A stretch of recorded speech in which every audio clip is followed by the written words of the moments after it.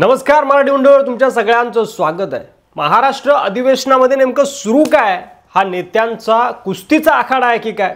एकमेकांना खालच्या भाषेत पडून बोलायचं, कमरेखालचे वार करायचे, असं काहीसं चित्र बघायला मिळतंय। अगोदर भाषण आहे का? संजय राठोडची केस, जयकुमार गोरेची केस, याच्या बाबतीत तोंड उघडता, त्या जयकुमार गोरेच्या केसच्या बाबतीत तोंड उघडत नाही। त्याचे एवढे फोटो, नागडे उघडे फोटो जे आले सभागृहात, त्याच्या बाबतीत कोण बोलत नाही। काय चाललंय? काय फक्त काय ठरवून करायचंय? हा, जयकुमार गोरेचा राजीनामा केला, त्याच्या राजीनाम्याची मागणी करा। जयकुमार गोरेचा राजीनामा नाही मागत, संजय राठोडचा राजीनामा मागत नाही का? फक्त काय विरोधी पक्ष कमजोर आहे म्हणून त्याला कसाही दाबायचा? हिम्मत असेल ना, जा त्या उद्धव ठाकरेंना विचारा का क्लीन चिट दिली। जर क्लीन चिट दिली नसती तर बोलू द्या मला, बोलू द्या। अरे आमच्याबद्दल बोलता, आमच्याबद्दल बोलता, आमच्याबद्दल बोलता, तेव्हा कुठे जातो शांतपणे? मला माझं नाव घेऊन इथं बोलण्यात आलंय आणि म्हणून मी त्यांना उत्तर देतीये। माझा प्रश्न अनिल परबांना नाही, त्यांनी माझं नाव घेतलं ना, म्हणून मला त्यांना विचारायचं। तुम्ही असाल मोठे वकील आणि फार मोठे पोपट पंडित, तुम्हालाच उत्तर देते मी, घाबरत नाही तुम्हाला। तुमच्यासारखे 56 पायाला बांधून फिरते चित्रा वाघ, समजलं काय? सांगते तुम्हाला, हलक्यात घेऊ नका। आम्ही जर बोलायला लागलो ना, आम्ही जर बोलायला लागलो तर तिकडच्या खुर्च्या खाली होतील, हे जबाबदारीने सांगते मी तुम्हाला। परबजी, हलक्यात घेऊ नका आम्हाला। आमचा नवरा काय करतो, आमचा पोरगा काय करतो, आमची पोरगी काय, तुम्हाला काय करायचंय?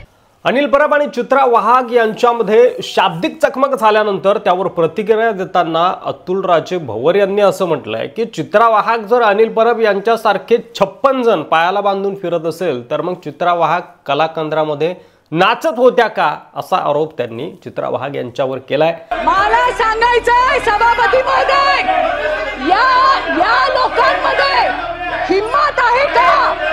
त्यांनी उद्धव ठाकरेंना विचारावं, त्यांनी उद्धव ठाकरेंना विचारावं की संजय राठोड या क्लीन चिट कुठल्या मुद्द्यावर दिली?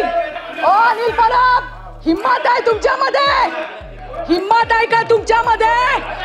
सभापती महोदय, मला विचारायचंय, यांच्यात हिम्मत आहे का? यांनी यांच्या नेत्याला विचारावं।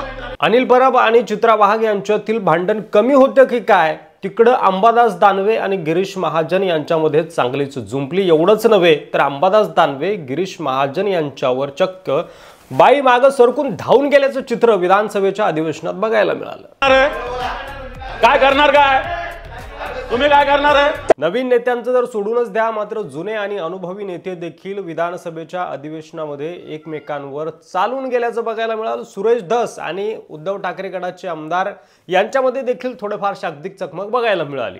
नवीन सदस्यांना तुम्ही संधी द्या, त्यांना असं वाटतंय की त्यांच्या अगेन्स्ट मध्ये मी बोलतो। नोटीस, एक मिनिट, नोटीस न देता सदर व्यक्तीचं नाव घेणं हे उचित नाही। ते जे घेतलेले नाव आहे ते सभागृहाच्या पटलावरून काढून टाकावं। अध्यक्ष महोदय, ऑब्जेक्शनेबल आहे, रेकॉर्डवरून काढून टाका ते, त्यांचं भाषण चालू करा। आणि एकनाथ शिंदेंचं भाषण तर तुम्ही आपल्या मराठी मंडळी चॅनलवर ऐकलेलंच आहे। कशा प्रकारे त्यांनी उद्धव ठाकरेंचा टांगा पलटी केला, शेर का बच्चा हूं असं म्हणत त्यांनी विधानसभा गाजवली। ते भाषण आपण बघितलेलंच आहे। पुन्हा एकदा ट्रायल बघूया आणि त्यानंतर तुम्ही शिंदेंचं पूर्ण भाषण आपल्या चॅनलवर जाऊन नक्की बघा। जनता ने दिखाया, तुम्हारी जगह दिखा दी। तुम्हाला विधानसभेच्या जागा 100 लढवल्या, 20 जिंकल्या। या पठ्ठ्याने 80 लढवल्या, 60 जिंकल्या, 60 जिंकल्या। अरे तुम्ही काय लढवणार? तुम्हाला भूमिका बदलली। तर मग विधानसभेच्या अर्थसंकल्पीय अधिवेशनामध्ये ज्या ठिकाणी महाराष्ट्राचा अर्थसंकल्प, महाराष्ट्राचं बजेट मांडलं जातं, विकास आराखडा तयार होतो महाराष्ट्राचा, त्या ठिकाणी अशा प्रकारे हे एकमेकांवर आरोप प्रत्यारोप होत असतील आणि एकमेकांशी भांडत जर हे नेते बसत असतील तर मग विधानसभेच्या अधिवेशनामध्ये नेमके हे नेते जातात कशासाठी, असा प्रश्न आमच्यासारख्या सर्वसामान्य महाराष्ट्राच्या जनतेला पडतो। खरंच हे अर्थसंकल्पावर चर्चा सुरू आहे का? महाराष्ट्राच्या विकासावर चर्चा सुरू आहे का? बेरोजगारीवर चर्चा सुरू आहे का? शेतकऱ्यांच्या कर्जमाफीवर चर्चा सुरू आहे का, मराठा आरक्षणावर चर्चा सुरू आहे का, असा प्रश्न आमच्यासारख्या जनतेला पडतो. आणि या अर्थसंकल्पामधून खरंच महाराष्ट्राचा विकास साधला जातोय का, असाही प्रश्न कुठेतरी आम्हाला पडतो. यावर तुम्हाला काय वाटतंय, तुमच्या मनात काय प्रश्न आहेत, कमेंट बॉक्समध्ये लिहायला विसरू नका. व्हिडिओ जर आवडला असेल तर जास्तीत जास्त शेअर करा आणि मराठी मंडळीवर नवीन असाल तर सबस्क्राईब करूनच जा. धन्यवाद.